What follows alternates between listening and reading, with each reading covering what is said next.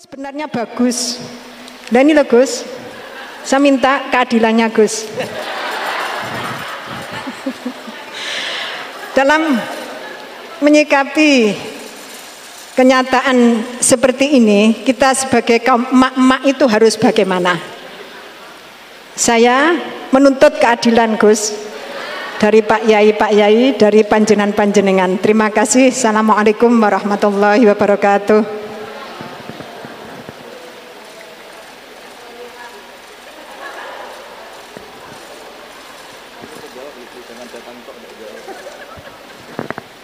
Ya nanti yang ikut jawab Bu Gubernur ini kan masa mau jadi pemimpin tidak mau jawab problemnya. Udah datang pakai helikopter, ada pertanyaan nggak mau jawab. Saya ini ganjarannya sudah terlalu banyak, 5:30 sudah datang, nanti diminta ikut meletakkan batu pertama ya. Oke. Terus begini Bu Nyai Nur Iskandar ya. Jadi saya punya cerita dari Bapak. Juga cerita ini pernah ngendikak Mbah Mun. Ada filosofi ilmiah yang nggak bisa diganggu gugat. Ini harus kita camkan. Misalnya begini, al-insan abdul ihsan. Manusia itu pasti mudah diperbudak atau dikalahkan oleh kebaikan. Singkat cerita, ada seorang kiai waroi zuhud, di rumah nggak ada TV, nggak ada HP, nggak ada motor. Saking inginnya anak itu nggak terkontaminasi TV, nggak terkontaminasi HP, juga nggak sering keluyuran ada motor. Tapi apa yang terjadi? Anaknya ini malah pertama punya HP atau memakai HP dipinjemin temannya. Kebetulan temannya itu tidak sholat. Pertama naik motor juga dipinjemin orangnya yang nggak sholat. Pertama tahu TV juga di tetangga, komunitas keluarga yang tidak sholat. Sehingga perasaan anak ini hanya punya utang jasa sama orang yang tidak sholat. Lama-lama kenangannya apa? Ternyata orang yang tidak sholat itu lebih manusiawi ketimbang yang sholat. Singkat cerita anak ini akhirnya nggak sholat. Ketika anaknya itu nggak sholat, orang tuanya itu coro Jawan itu tobat, minta maaf sama bapak, sama saya. Era kiai saya minta, karena melihat Mbah Maimun itu di rumahnya ya ada TV, bapak saya di rumah ada TV, juga ada motor. Ketika sowan, walhasil intinya diceritain kenapa banyak kiai alim yang longgar, di rumah ada TV, ada HP, ada motor. Ternyata karena jangan sampai anak kita pertama merasa utang jasa itu sama orang lain. Nah, kalau orang lain ini yang orang nggak bener bisa berabe kan. Nah pondok juga gitu, kalau terlalu ketat HP, terlalu ketat apa, ternyata HP ini barang mewah, barang wow, kebetulan yang nilai orang lain. Dan akhirnya santri ini merasa utang jasa sama orang. Nah, ya kalau orang lain ini tepaan orang soleh, kalau enggak. Makanya ibu-ibu juga situ, senyum tuh barang mewah. Ternyata bapak-bapak kenangannya sama bakul kopi, tidak sama istrinya. Akhirnya yang diingat ya bakul kopi, karena senyum itu mewah. Ini sekaligus jawab pertanyaan yang enak, minta keadilan. Saya juga minta keadilan. Ya itu sudah komplit, jawaban itu sudah. Pokoknya kita kondisikan al-insan abdul ihsan. Jadi itu tidak bisa ndak.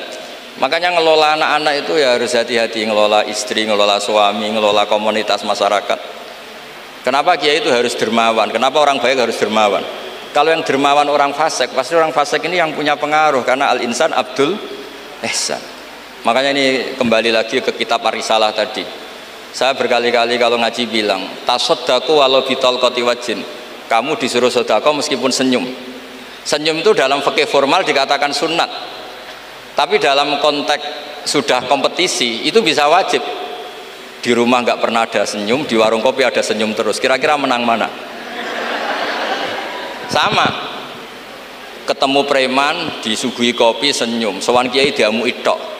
Akhirnya masyarakat mau ke preman karena di sini lebih dimanusiakan ketimbang kalau sowan kiai dimarah-marahin tok. Akhirnya konsep Nabi Tolkoti Wajin tidak lagi kita katakan sunnah tapi wajib. Makanya berarti ibu-ibu senyum sama suaminya wajib. Tapi kalau disenyumin terus ya wong lanang ya dablek, itu dikira gak pernah salah.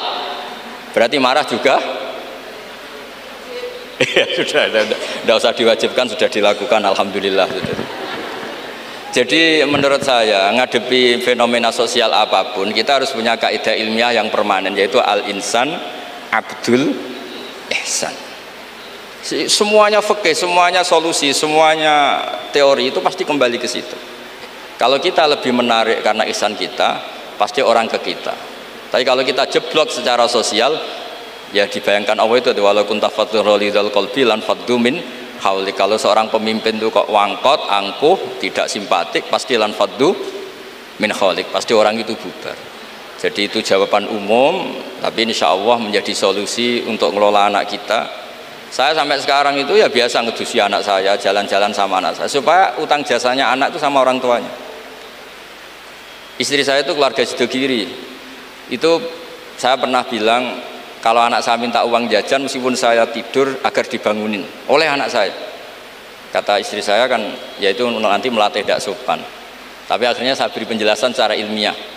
Yang wajib jajan anak itu orang tuanya, jangan sampai ganggu mbak-mbak atau kangkang. Sehingga korbannya ya harus saya, bukan orang lain. Jadi kita harus kadang-kadang lebih bicara ilmu ketimbang akhlak. Apa artinya anak kita berakhlak sama orang tua, tapi anak kita pas mau jajan ngel-ngel orang lain. Nah hal-hal seperti itu supaya apa? Anak kita punya kenangan, saya bisa jajan karena bapak saya bisa jajan karena dituruti bapak saya. Tapi kalau kenangannya sama tetangga, dan kebetulan tetangga kita misalnya kurang baik, maka nurutnya sama tetangga yang kurang baik ini. Jadi ini menurut saya ini karena masalah ijtihad. Neng anak boleh gak setuju ya karena ini masalah ijtihad. Tapi harus setuju, satu-satu diundang kok ora dituruti fatwane kan. Tapi jelas kaidahnya itu tadi pegang al-insan abdul ihsan. Sehingga kita bisa ngelola gimana orang-orang baik itu berjasa. Makanya ngendikane Rasulullah SAW masyhur itu, inna hadzal-din irtadaituhu li nafsi wala yusliha li hadzal-dini illa sakha wa husnul khuluq.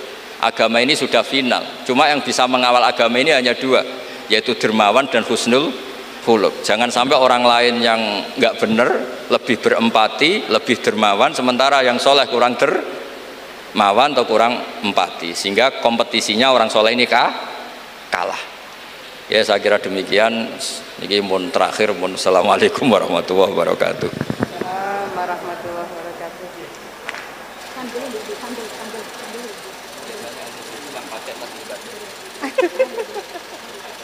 Tapi nek sak mancing anak-anak ini